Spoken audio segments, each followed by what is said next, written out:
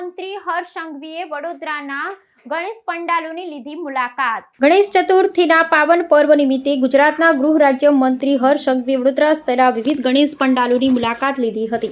આ દરમિયાન તેમણે તંબોળી પોળ યુવક મંડળ દ્વારા ઓપરેશન સિંદૂર અને સ્વદેશી અપનાવો જેવી દેશભક્તિથી પ્રેરિત વિષય વસ્તુ પર આધારિત સજાવટની વિશેષ પ્રશંસા કરી હતી। આ પંડાલમાં વડાપ્રધાન નરેન્દ્ર મોદીની વડોદરા મુલાકાત દરમિયાન યોજાયેલી ઓપરેશન સિંદૂર સન્માન યાત્રાના દ્રશ્યોને આબેહૂબ રીતે જીવંત કરવામાં આવ્યા હતા, જેમાં વડાપ્રધાનનો કાફલો, સેનાના વાહનો અને મિસાઇલના નમૂનાઓનો સમાવેશ થતો હતો।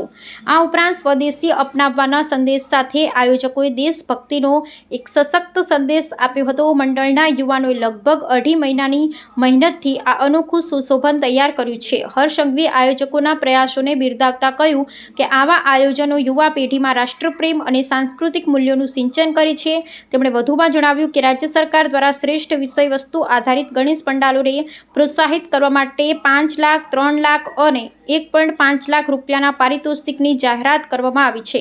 આ પંડાલનું અદ્ભુત સુશોભન જોવા માટે મોટી સંખ્યામાં લોકો ઉમટી રહ્યા છે। ખાસ કરીને વડોદરાના દ્રશ્ય મેં જે સોશિયલ મીડિયા અને ટીવી ચેનલોમાં જોયા કે ગણપતિજીની પૂજા આસ્થા જોડે જોડે ઓપરેશન સિંદૂરની શક્તિના દર્શન બી લોકોને કરવાનો અવસર વડોદરાના વિવિધ મંડળોમાં પ્રાપ્ત થઈ રહ્યો છે। ભારતીય સેનાના એ જવાનોને ગણપતિજીની પૂજા જોડે જોડે આ શહેરના નાગરિકો અભિનંદન આપી રહ્યા છે।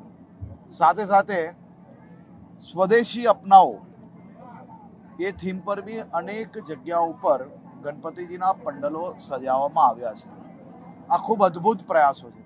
આ પંડાલોને હું અભિનંદન આપું છું। આસ્થાની જોડે જોડે દેશની સેનાની શક્તિના દર્શન બી વડોદરામાં થઈ રહ્યા છે।